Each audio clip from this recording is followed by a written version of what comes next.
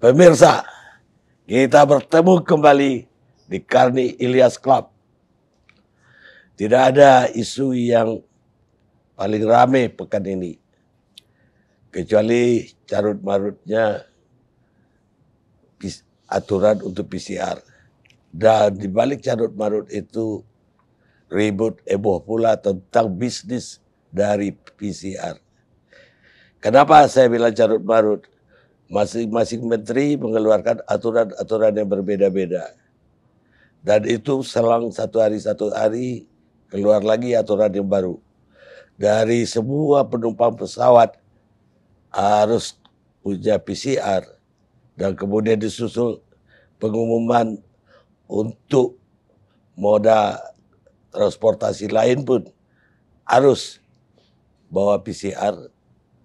Dan yang lebih konyol lagi, yang pakai mobil pribadi pun disuruh PCR. Tapi kemudian aturan itu berubah dengan cepat. Sehari setelah itu dari kementerian lain keluar lagi aturan cukup antigen untuk pesawat.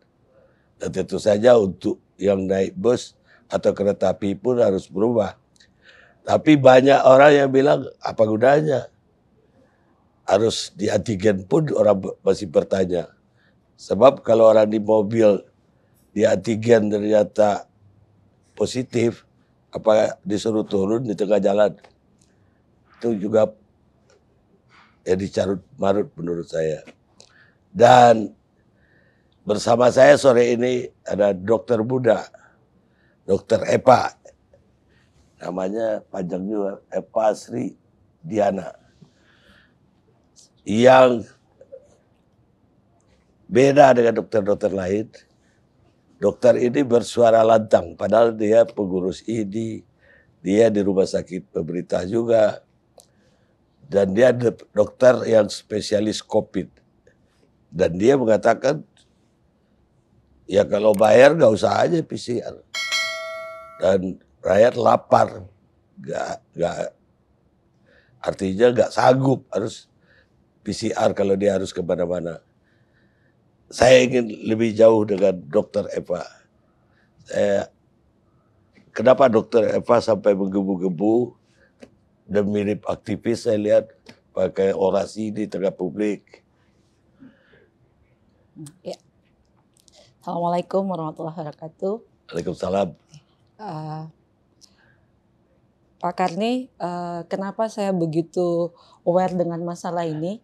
Karena saya sebagai dokter yang berada di lapangan, saya merasakan bahwa saat ini kondisi rakyat memang kurang baik. Jangankan PCR untuk perjalanan, bahkan PCR untuk kebutuhan mereka sakit pun mereka cukup kesulitan. Karena PCR itu untuk di rumah sakit, untuk pasien-pasien yang sakit, hanya kita berikan gratis kepada pasien-pasien yang dirawat. Jadi untuk pasien-pasien yang rawat jalan itu untuk PCR kita tidak berikan gratis. Mereka terpaksa harus ke laboratorium swasta atau rumah sakit yang menerima pemeriksaan PCR. Ini saja saya mengalami kesulitan ketika pasien kita pulangkan. Biasanya kita merawat pasien itu sekarang ini jarang sekali sampai negatif. Rata-rata pasien itu masih pulang dalam keadaan positif. Untuk bisa kembali ke rumah sakit, mereka harus syaratnya memang sudah betul negatif. Jadi baru bisa berbaur dengan pasien lain, itu kondisi mereka harus kita pastikan memang negatif. Terutama pasien-pasien saya kan pasien-pasien asma, pasien-pasien tua, pasien-pasien komorbid. Jadi sangat riskan kalau kita campur mereka baru pulang perawatan dari rumah sakit. Nah dari situ saya sudah bisa melihat bahwa kebutuhan untuk diagnostik aja untuk mereka berobat saja itu sangat kesulitan. Apalagi kalau sebentar-sebentar mereka harus PCR. Biayanya ya bukan sedikit Pak Karni. Itu lumayan mahal ya. Kalau kemarin masih 475 dan hari ini diturunkan 275, itu bagi masyarakat luas masih termasuk mahal. Kondisi saat ini rakyat tidak baik-baik saja. Saya paham sekali ekonomi rakyat sekarang sedang susah Pak Karni. Mereka jangankan maju, jangankan bisa menghasilkan ya. Banyak saudara-saudara kita yang kehilangan pekerjaan, kehilangan mata pencarian, banyak yang karyawan dipecat, banyak yang orang-orang bisnis dagang merugi, belum lagi banyak saudara-saudara kita yang kehilangan ayah, tulang punggung keluarga, kehilangan anak yang tulang punggung keluarga. Jadi sementara saya sendiri setelah 2 bulan lebih di rumah sakit, saya tetap melakukan pemeriksaan PCR terhadap pasien-pasien kita yang masuk ke rumah sakit, baik pasien itu yang bergejala, kita curiga ke arah COVID, maupun pasien-pasien yang hanya untuk operasi usus buntu, operasi melahirkan, operasi mata, dan lain-lain itu tetap kita lakukan pemeriksaan PCR seperti hari-hari sebelum wabah ini melandai. Dan faktanya dari 2 rumah sakit yang saya bekerja, 1 rumah sakit hampir nol, Pak Karni. Belum ada. Positif. Ya, 1 rumah sakit sampai hari ini setelah 2 bulan lebih kasus melandai, saya belum ada pasien COVID. Di 1 rumah sakit lagi yang saya layani pasien COVID itu pasien saya sendiri hampir tidak ada yang positif, Pak Karni, yang kita curigai ke arah COVID. Beberapa saya dapat pasien itu yang positif malah pasien yang tidak bergejala, seperti pasien-pasien mau operasi usus buntu tadi, pasien mau melahirkan, ternyata mereka positif. Tapi itu juga hanya sebentar, tidak bergejala. Tidak bergejala artinya dia tidak batuk, kemungkinan untuk penularannya juga kecil. Jadi menurut saya adalah hal yang terlalu berlebihan. Untuk semua perjalanan harus dilakukan pemeriksaan PCR. Karena pertama biayanya, kedua tidak nyaman, Pak. Ketiga itu sangat repot. Kenapa begitu? Karena pemeriksaan PCR itu butuh beberapa jam. Kalau konvensional itu mesin bisa sekali jalan 1 hari, Pak. Baru keluar hasil. Iya. Kalau mesin-mesin yang bagus itu TCM itu mungkin bisa 1 jam sampai 6 jam. Itu butuh waktu. Misalnya orang emergensi harus naik pesawat, PCR dulu, sementara kondisi sudah melandai, apalagi semua moda transportasi. Terbayang, Pak, repotnya. Akhirnya kita sibuk untuk bukan lagi tenaga kesehatan ini melayani orang-orang yang sakit, tapi melayani orang-orang yang butuh untuk perjalanan. Nah, dengan kondisi harga diturunkan, saya yakin sekali banyak biasanya klinik-klinik yang membantu melakukan swab PCR, kemudian mereka akan kirim hasil lab itu, sampel-sampelnya ke lab-lab besar, itu biasanya itu membantu masyarakat, Pak Karni. Jadi dengan harga kecil seperti ini banyak, saya yakin klinik-klinik itu yang melakukan swab akan tutup. Artinya nanti semua pasien akan datang ke lab-lab besar. Terbayang hanya untuk perjalanan, bukan sebuah diagnostik, bukan untuk mengobati orang yang sakit, itu lab akan bertumpuk-tumpuk lagi hasil melakukan pemeriksaan. Kalau bertumpuk-tumpuk, hasilnya akan lebih lama lagi. Mungkin hampir sama dengan kasus waktu kita wabah kemarin, itu lab bisa sampai 3 hari, Pak Karni. Sampai seminggu, sampai 10 hari. Kalau di apalagi di daerah. Apalagi di daerah susah. Saya punya dapat kasus pasien itu, dia naik pesawat di daerah, disuruh PCR. PCR-nya belum ada, dia udah naik pesawat gitu loh. Ini kan seperti cuma sekedar syarat melakukan tes tanpa peduli hasil gitu. Formalitas saja. Formalitas. Yang penting bayar. Yang penting bayar. Jadi ya dulu itu yang saya lebih ironis lagi bagi saya ya. Orang itu sakit atau udah ada gejala dan dia curiga bahwa dia COVID-19. Tapi ketika dia mau masuk ke rumah sakit mewajibkan dia PCR dulu di luar. Rumah sakit baru terima dia kalau dia PCR dulu. Lah dia terpaksa ke PCR kan. Yang bagi saya miris itu, kalaulah dia punya uang, zaman itu 1 juta, 2 juta, bahkan pernah 2,5 juta.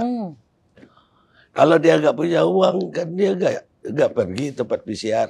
Dia pulang aja ke rumah. Betul. Dan tetap aja berkeliaran. Betul. Dan mungkin juga udah meninggal. Iya, betul. Karena nggak diobat, nggak diinfus. Iya, betul, Pak. Itu kan berarti kita mengorbankan banyak nyawa gara-gara PCR itu tidak digratiskan atau malah mahal gitu loh. Betul, Pak. Ibu, eh, Dokter Eva, apa enggak mencurigai bahwa ini hanya untuk supaya PCR itu laku, jadi orang mau kemana aja suruh PCR Eh, supaya laris, supaya bisnis itu bisa beruntung gitu. Ya, jadi saya mungkin mengomentari pertanyaan Pak Karni tadi dulu, mengapa orang ke rumah sakit harus dilakukan pemeriksaan tes PCR dulu. Kalau di rumah sakit negeri Pak Karni, kalau orang yang kita curigai memang ke arah COVID, itu pasien ditanggung sama pemerintah dari awal pemeriksaan sampai ternyata dia COVID atau bukan. Tapi kalau di rumah sakit swasta, itu pasien memang kita lakukan pemeriksaan PCR, pasien biasanya berbayar kalau di rumah sakit swasta karena ditakutkan kalau ternyata memang hasilnya negatif itu ternyata nanti klaimnya susah Pak Karni. Jadi kalau memang terbukti positif dia memang COVID, baru kita pindahkan posisi statusnya mungkin tadi pasien umum atau pasien BPJS, baru kita pindahkan ke Kemenkes. Nanti akan ditanggung Kemenkes pemeriksaannya. Nah, mengenai mengapa semua pasien harus dilakukan pemeriksaan PCR, itu yang saya bilang tadi, kondisi sedang melandai. Kita bisa lihat dari grafik kasus di Kemenkes. Itu grafik setiap hari pemeriksaan ratusan ribu, tapi yang terbukti positif itu hanya 600, dari semua sampel yang ratusan ribu itu hanya 600 sekian Pak Karni dari hari ke hari. Jadi artinya apa? Kondisi saat ini sudah hampir betul-betul melandai. Itu yang diperiksa adalah pemeriksaan buat orang-orang yang biasanya memang sakit kalau yang di Kemenkes itu. Jadi pertanyaan saya, kalau yang bergejala saja, yang masuk rumah sakit saja hasilnya banyak yang negatif, mengapa pula orang yang tanpa gejala, yang hanya ingin melakukan perjalanan sampai dilakukan swab PCR?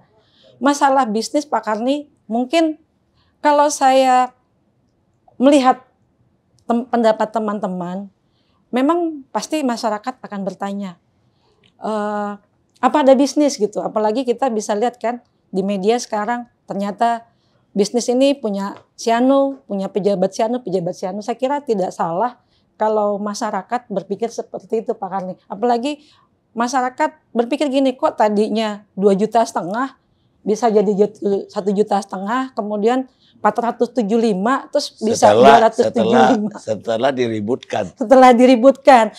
Ya, saya sendiri pribadi tidak begitu tahu ya Pak Karni masalah harga regen ini aslinya dan ini permainan atau bukan. Cuma kita sebagai nakes ya ketika melakukan pemeriksaan itu memang full betul hanya karena untuk kepentingan pasien. Jadi kalau masalah tracking, pemeriksaan PCR untuk tracking itu bukan dari kita Pak Karni, bukan dari dokter.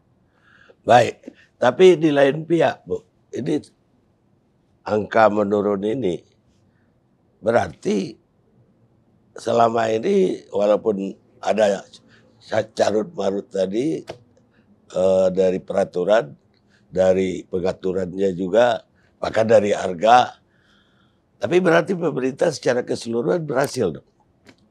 Menurunkan Iya, menurunkan yang positif. Menurunkan pasien. Iya. Melandai tadi lah. Melandai. Pak Karni, kalau yang saya rasakan memang fakta di lapangan kasus memang melandai Pak Karni. Tentunya ini andai ya Pak Karni tidak dilakukan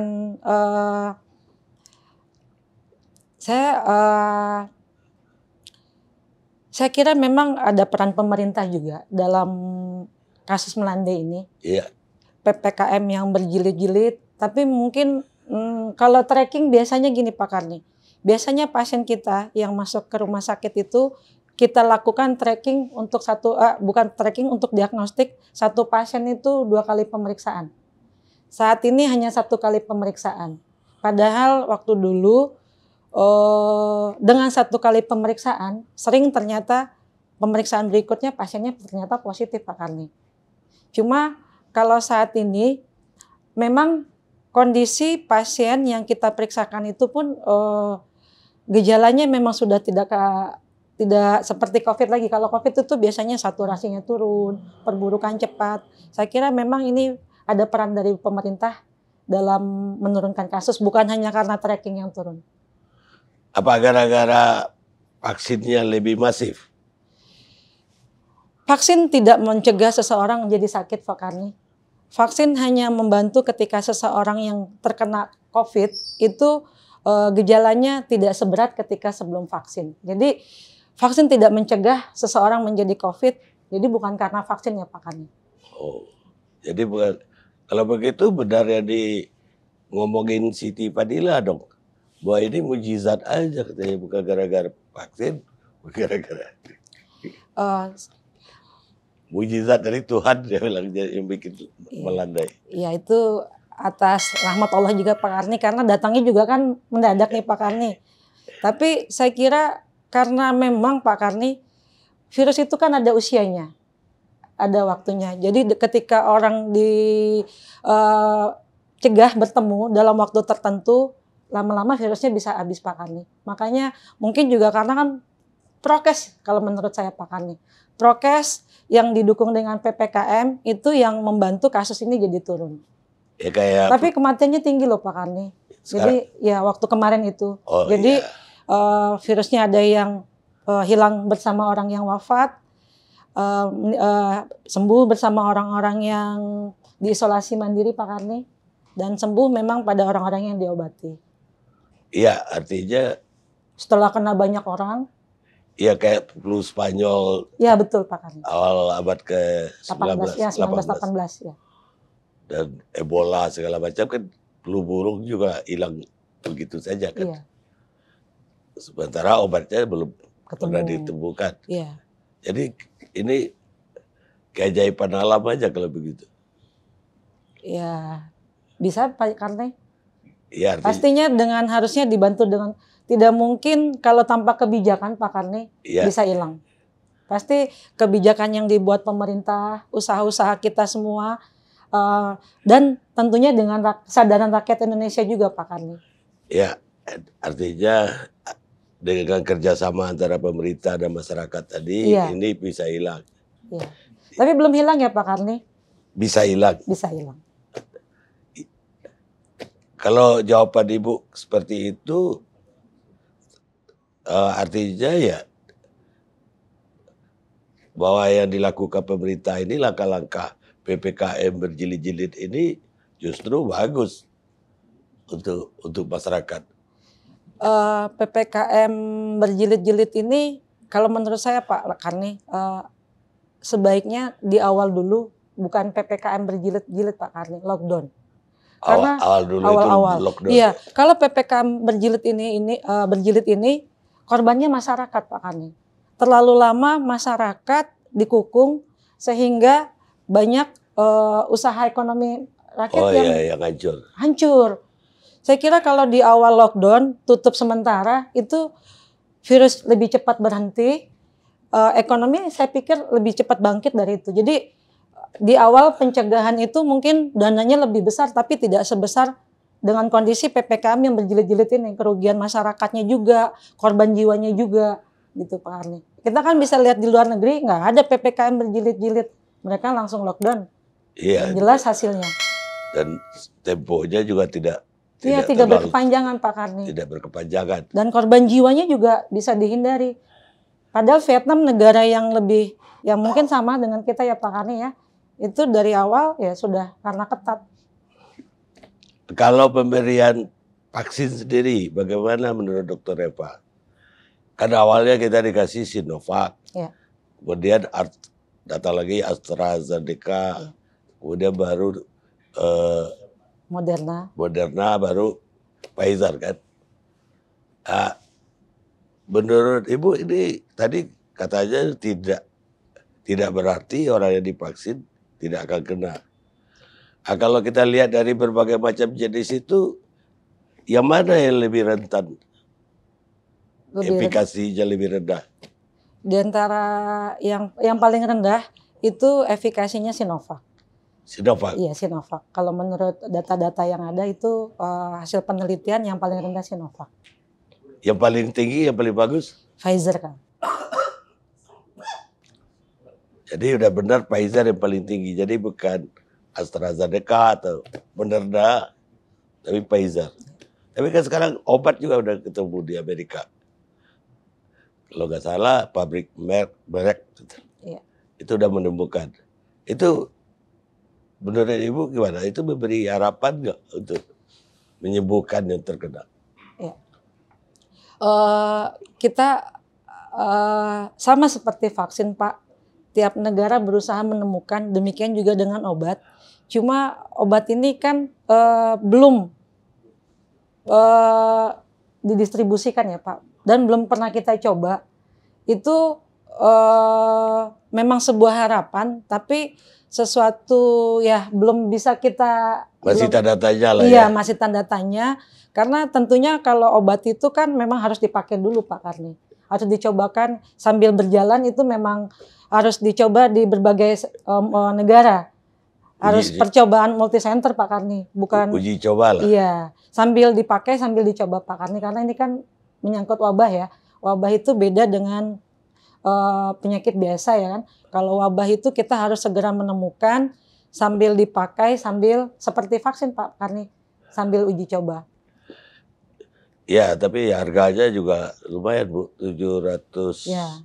$7.000. $7.000 satu paket dari obat vaksin tersebut. Mungkin bisa dipakai untuk kasus-kasus yang berat Pak Karni, karena kan COVID itu tidak semua harus butuh obat. Iya. Jadi secara keseluruhan, menurut Ibu, pemerintah kita udah sukses atau belum nih? Dalam mengentaskan wabah. Dalam menangani wabah epidemi ini. Pandemi malah. Ya, secara keseluruhan sementara ini sudah cukup berhasil Pak Karni. Tapi menurut saya kita tidak boleh euforia dulu, karena bisa saja tiba-tiba wabah meningkat lagi, karena di negara-negara luar yang cakupan vaksinasinya sudah lebih tinggi, negara dengan ekonomi lebih bagus, dengan kepatuhan rakyatnya lebih tinggi, dengan tingkat kesadaran akan prokesnya juga tinggi, fasilitas kesehatannya juga lebih bagus, itu masih ada tiba-tiba kejadian mewabah lagi gitu Pak Karni. Iya, Inggris, Rusia, iya. Amerika sendiri pernah gelombang ketiga. Tapi kalau sampai Australia sendiri, tapi sedikit. Australia itu satu orang kena aja udah heboh dia lockdown dia. Langsung lockdown.